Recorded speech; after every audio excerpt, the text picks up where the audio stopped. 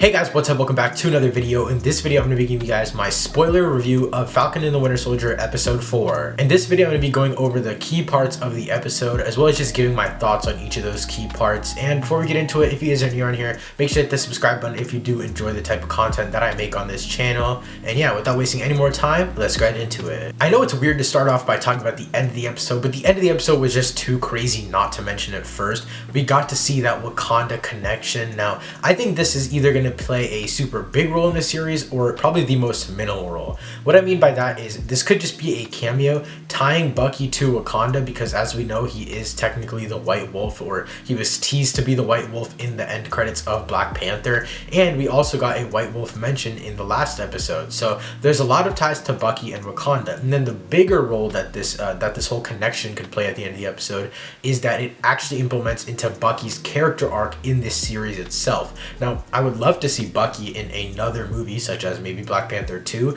but that might not happen. So I feel like it would be cool to get his character arc from him to basically turning into the Winter Soldier, and then basically just regular Bucky Barnes, and then now to the White Wolf. I think all of this just kind of adds up, and if they do end up completing his character arc and turning him into White Wolf by the end of this series, I would love to see that. And honestly, I would never complain if we got to see the White Wolf. I've been waiting for the White Wolf since Black Panther, the post-credit scene of Black Panther, so I'll never complain if we get to see the White Wolf in this series. The woman that Bucky met up with in the alleyway, I think her name is pronounced Doha Milaje, and she is one of the Wakandian warriors in the all-female force, and she was the one protecting T'Challa's father when the UN building exploded in Civil War. So that's also pretty cool that she wants to see Zemo, because she knows that Zemo framed Bucky, and also Bucky knows that, and they probably have some sort of tracker on Zemo to know whenever he gets out of prison or something. So that's another cool thing, and that's obviously why they're there, because she asked for Zemo. One thing that we don't know yet about this Wakandian character is that we don't know who she was sent by. We don't know if she was sent by T'Challa or she came here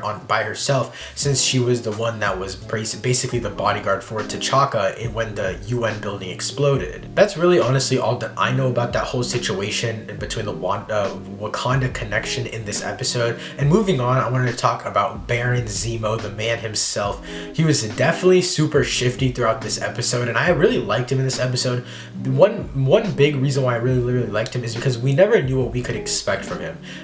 Like in the beginning, I was like, okay, he's gonna be really good right now, and then towards the end, he might shift on Bucky and Sam.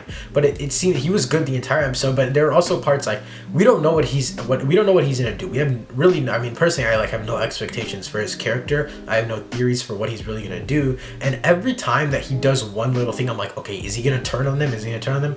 That is what I love so much about his character. And that one example of that is during the shipment scene when he kind of leaves the battle and then gets his mask, puts it on, and I thought he was gonna kill everyone there and then also fight the Winter Soldier. That would have been a dope scene, but it turned out he wasn't, and then it turned out that he was actually helping them and kind of went Super Saiyan mode on him, and we never really saw that side of Zemo yet, and I'm super happy that we actually got to see that. The last time that Falcon and the Winter Soldier both encountered Zemo was in Civil War, when he reactivated Bucky's Winter Soldier programming to put him against the Avengers, and the way that they introduced Zemo literally brought me back to the memories of Civil War.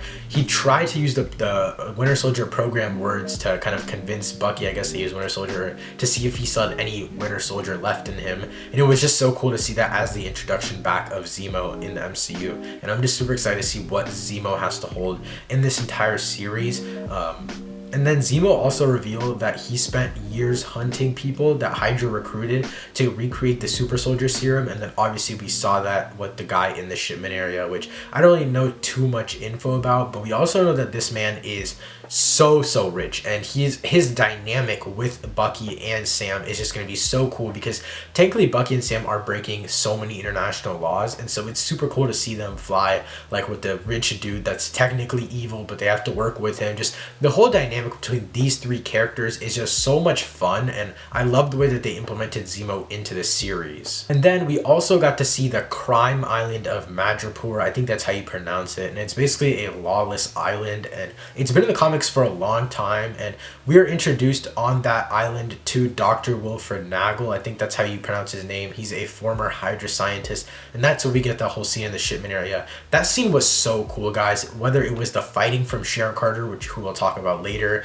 or it was just the massive explosion in that lab. Everything just looks so beautiful. I will say the CGI for the flames looked a little bit iffy in the lab area, but I'm not going to deduct points from a show for CGI in like 1 minute of the entire episode, so I'm not going to judge the show on that. But other than that, that entire sequence was so cool. You guys that know, Madripoor is where Wolverine, I think that's where he is, and that's kind of like his Gotham City, like where Batman has Gotham. Madripoor is what Wolverine protects. But in this episode, Zemo, Bucky, and Sam were in the upper area. I think it's called Hightown, that area of Madripoor, but Wolverine survives in the lower side of Madripoor, so we were so close but so far at the same time. But honestly, I loved what we got. Maybe we'll get to see a little Wolverine tease in this entire series, but I doubt we'll get to see that. Maybe a slight tease. A slight tease would be so cool, like a little poster board or something. I don't know. I don't think Marvel would do that, but I would love to see that, especially since Madripoor is the place where Wolverine is. And then, of course, I can't finish off this video without mentioning Sharon Carter herself.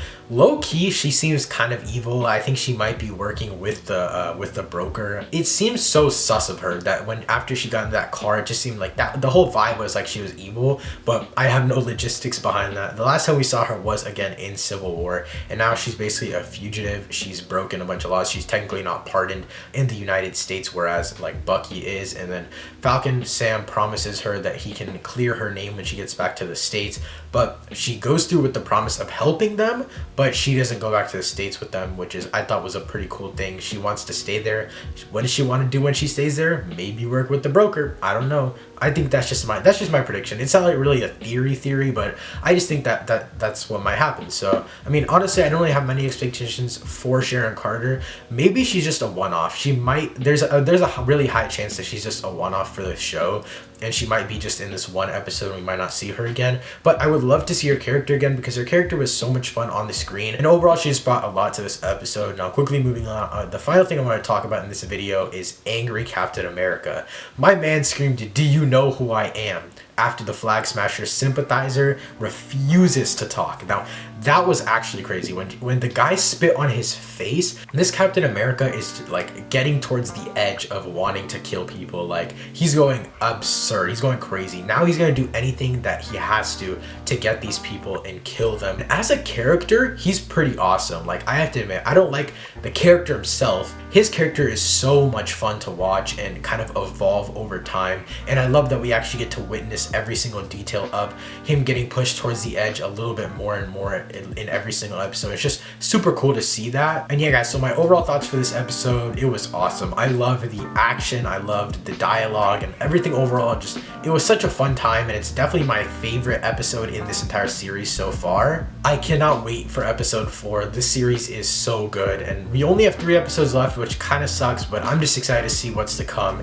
And if you guys enjoyed this video, make sure to put a like ring down below. Also, comment down below what you guys thought of episode 3 of Falcon the Winter Soldier. If you guys are new around here, again, make sure to hit that subscribe button. Thank you guys so much for watching. I'll see you next time. Peace.